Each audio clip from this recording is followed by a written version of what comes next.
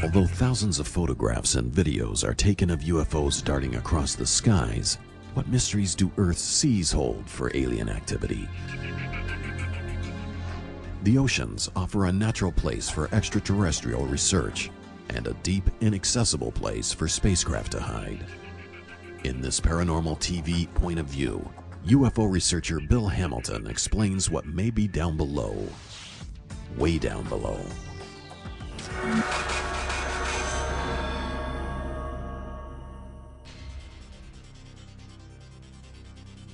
There is a history of UFO sightings going back to the 1940s, where these objects have been seen over rather large bodies of water, like the ocean, lakes, large lakes, small lakes, reservoirs of various kinds. In fact, they have even been seen setting down on the water in certain reservoirs and lakes. But in most cases, and this is something that suggests some constant base of operations, some of these objects, and some of them are rather large, have been seen entering large bodies of water like the ocean, and have been also seen tracked, moving at rather large velocities underneath the ocean, and going to enormous depths far beyond what our submarines can reach. As far, in fact, in one particular case, as far down as 27,000 feet, which is nearly to the bottom of the ocean. I understand the deepest part of the ocean goes down as far as 36,000 feet. So that's about roughly 6 miles, maybe 7 miles in depth.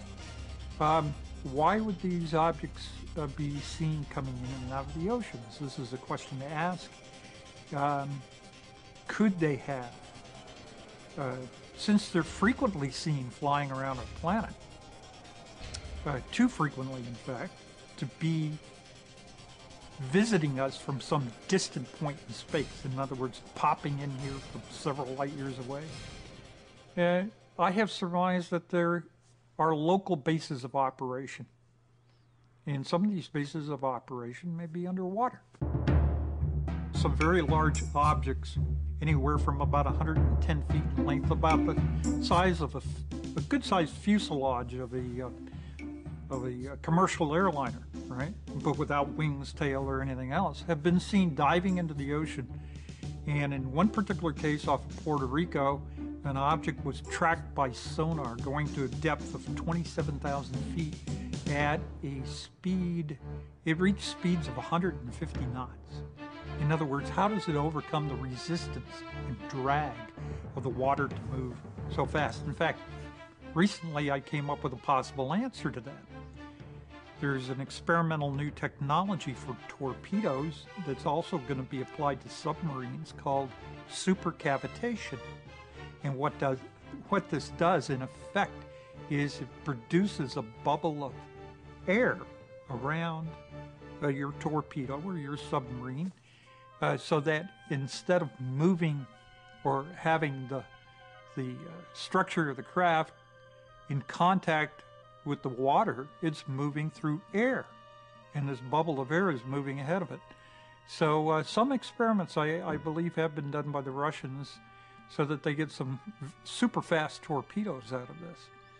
And I think we have seen evidence from these UFOs that they generate well, what in science fiction movies has been called a force field surrounding them.